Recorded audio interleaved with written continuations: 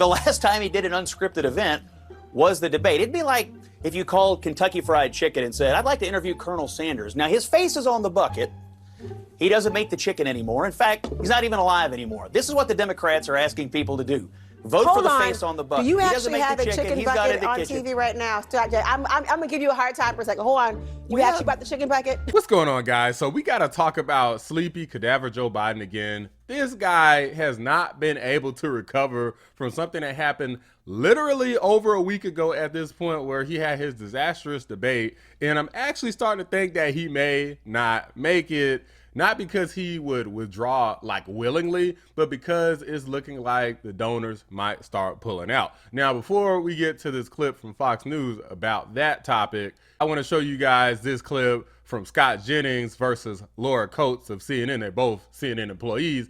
And he is basically making a complete mockery of Joe Biden. And this is one of the things that I think is really kind of tearing Joe Biden apart, the Democrats apart, is because this is something that people are not letting go. And the best part about it is it's not even really that many Republicans doing it. It's the Democrats are destroying themselves from within, because at the end of the day, the ones who are being realistic realize that it's over and that they're not going to win the election. But you got the other folks still trying to gaslight, still trying to dig their heels in, and it's just not working. Take a look. Scott, I wonder your thoughts on this, but particularly to Julie's point about getting out there. What would that look like? Are we talking obvious Stephanopoulos and there's others, but what does that look like to get out there? What's the most effective way? Well, let me answer Julie's question about why it has taken so long for the president to get out there. He can't. The last time he did an unscripted event was the debate. It'd be like if you called Kentucky Fried Chicken and said, I'd like to interview Colonel Sanders. Now, his face is on the bucket. He doesn't make the chicken anymore. In fact, he's not even alive anymore. This is what the Democrats are asking people to do. Vote for the face on the bucket. Do you actually have a chicken bucket on TV right now? I'm going to give you a hard time for a second. Hold on. You actually bought the chicken bucket? Well, yeah. I'm in Kentucky. Do you not have? I'm in Kentucky. Of course. No, I don't have one in my studio. No, I do not. But go ahead. Go your point. Go ahead. My point is this. The presidency is not just a face. It's not just a brand on the bucket. The presidency is a guy or a girl. And that person has to stand up every day, get up every morning, go to work, answer questions, sit with world leaders, take foreign trips, and not need more than 12 days to recover from it. We don't vote for faces on the bucket. We vote for people, strong leaders who can execute in the office. And that's the Democrats' problem right now. They don't have a strong candidate who can actually do what Julie just said, which I agree with, get out there and prove they're vigorous enough to hold the office. So it works for a restaurant, but it does not work for the presidency, and that's why these polls are going the wrong way, and they're going to keep going the wrong way. And by the way, he ain't getting any younger. It ain't going to get any better tomorrow or the next day or 5 months from today, I can assure you. No, they're doing exactly what they need to do, which is nothing. He's running, of his 3 campaigns, this is the best managed, best run campaign, and it's obvious to me he wants to win. The way he conducted himself at the debate, the way he's handled the last few weeks. I mean, remember, coming out of that conviction in New York to right now has been the strongest period for Donald Trump's campaign. He's got a cash infusion. He's way up in the polls. The polls you showed tonight, I mean, if he wins the national popular vote by 5 or 6 points, you're talking about the House going bye-bye for Democrats. You're talking about Joe Biden dragging down maybe 7 Senate seats. We're in landslide territory if these polls hold. So Donald Trump is doing exactly what he needs to do. And, I don't have much to say beyond listening to Julie plead for the White House to do something. Except one thing, they don't have a messaging problem. They have a candidate problem. And most Democrats seem to know that. The only people that don't know it are the Biden family. You got Jill Biden on the cover of Vogue. You got Hunter Biden now running White House senior staff meetings, apparently. I mean, it seems to me you're going to have to drag these people out of the White House by the fingernails, Julie. I'm sorry to tell you. Well, you got 25 governors, though. 25 governors, and 3 came out in front of cameras today to show their support for the president. They're not members of the Biden family. Once again, behind closed doors, Joe Biden rides unicycles and juggles knives. I mean, he looks real good behind closed doors. Let me tell you, that's what we've been hearing for 3.5 years. These governors are now participants in the biggest cover-up in American political history. The condition of Joe Biden has been hidden from us for 3.5 years. Now these governors are complicit in it. We all saw with our own eyes Thursday night. We don't need governors to tell us behind closed doors he's fine. I saw what I saw, and so did every other American. I like how Laura always tries to play devil's advocate. You could kind of tell that she is somewhat neutral, but somewhat of a leftist. Like, she doesn't want to look like a complete laughable shill like the Joe Scarboroughs, the Abby Phillips, the Joy Reids out there, right? The Caitlin Collins type, where, I mean, the CNN folks are basically actors.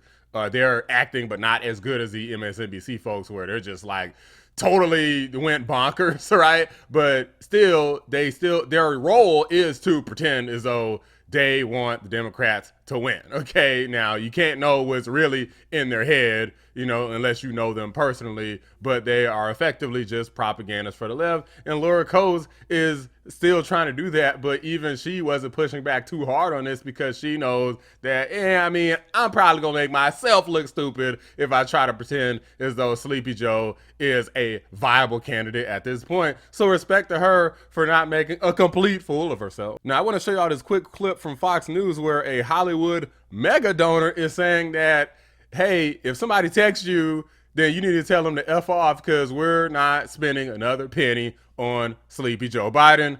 Let's take a look at that together. And it's not just Democrats in Washington bailing on Biden. Hollywood power players are telling Biden to step aside as well. Yeah, Damon Lindelof, who's a Democrat donor, writing in a column for Deadline, quote, I am a lifelong Democrat. I am not writing this anonymously because I'm asking others in positions of influence to do the same. Wow. I've been asleep at the wheel, and it's time to wake the blank up. Yeah, no issue being asleep at the wheel. That's what we've been trying to tell you, is that this guy is terrible. He's no good. And the economy sucks. It don't matter about these fake job numbers that they keep trying to uplift. Like, we need to talk about how bad the prices are and how bad the interest rates are. Things that impact Americans every day are prices and interest rates. Your ability to get credit, a house, like your ability to get a car. These are important things. These aren't non-important things, non-essentials. Like, are you guys kidding? When they text you asking for cash, text back that you're not giving them a penny and you won't change your mind until there's change at the top of the ticket. Facts. And when Joe finally leaves the mound, I will stand and applaud because he truly pitched a great game. Jack Brewer. No, false.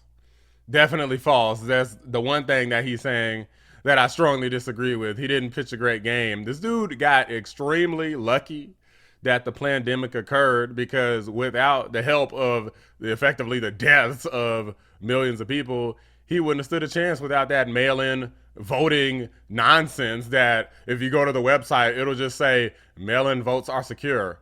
Doesn't say how. It just says they are secure. Oh, okay. I believe you. Like, I'm a guy who works in security. Don't even try it, okay? He's a former NFL player, CEO of the Jack Brewer Foundation, and he joins us now. Jack, great to see you. Look, Damon Lindelof is most famous for the TV show Lost. But when the money dries up, is that the number one factor that will convince Joe Biden that he has, in fact, lost? No question, because if you look at their policies, the reason they push them is because they raise money from them. And so I think this is a direct correlation, and I think this is what will eventually cause Joe Biden to step down. You know, it's very difficult to find someone to push and to stand up for these policies, but you continue to hear these prominent Democrats say that Joe Biden is doing a good job. You know, even though American families can't afford groceries and gas prices are screaming, and, you know, we're on the brink of World War III. And so it's just really confusing. But at the end of the day, that they need a really good snake oil salesman to take the realm to push these policies. If you get these big donors and they just stop supporting you, I mean, you already had people like Dwayne "The Rock" Johnson kind of like not supporting anymore. You had Cardi B, you know, now you got this other guy. I don't really know who this guy was. They said he was from like Lost or something.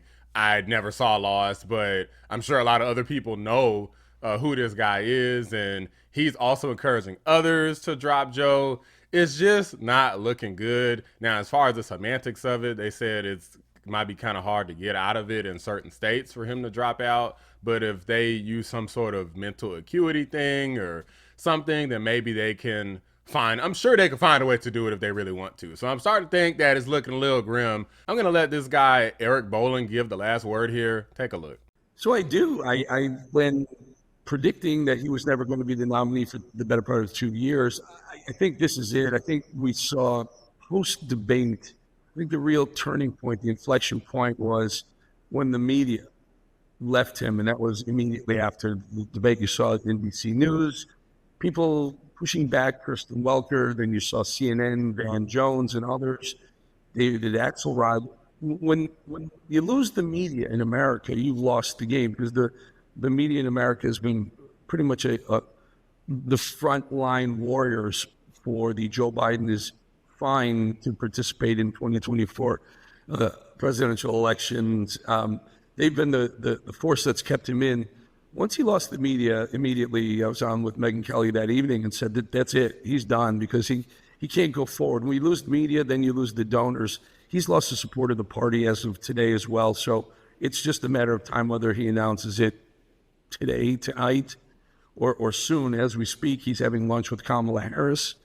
Allegedly, he was speaking to some of his top aides earlier in the day. I think he's finally come to the realization, and finally Jill, his wife, who's been a driving force behind keeping him in the race, have realized the time has come for them to throw the towel in. So I would say he doesn't last through the Independence Day weekend here. Now, I'm not so sure about not making it through this holiday weekend. Hope everybody had a happy 4th, by the way. I'm not so sure about whether or not the holiday weekend is where this is going to end. I really don't know at this point. There's a part of me that still believes that Joe Biden is probably going to try to pull through and still keep going, because I feel like this is just going to cause so much chaos.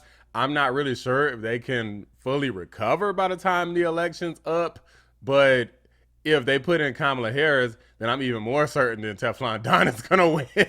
Because I know Sleepy Joe is bad, but believe it or not, guys, a lot of people support Sleepy Joe because he was Obama's VP. Kamala Harris doesn't really have that claim to fame. She's just not very popular. She's not that likable. I just don't see a path to victory, and I also don't think Gavin Newsom, I don't think they're going to one-up Kamala Harris if Joe Biden is replaced. I don't think that they can, because I do think it's going to cause some problems. It's going to be a lot of negativity, and you might have some people just sit on the couch and say, screw Gavin Newsom because y'all got rid of Kamala. They're going to cross their arms and dig in their heels and say, you know what, maybe we're not going to support this party because they hate black women, okay? They hate black women, and they're just like the Republicans. That's probably what they're going to say.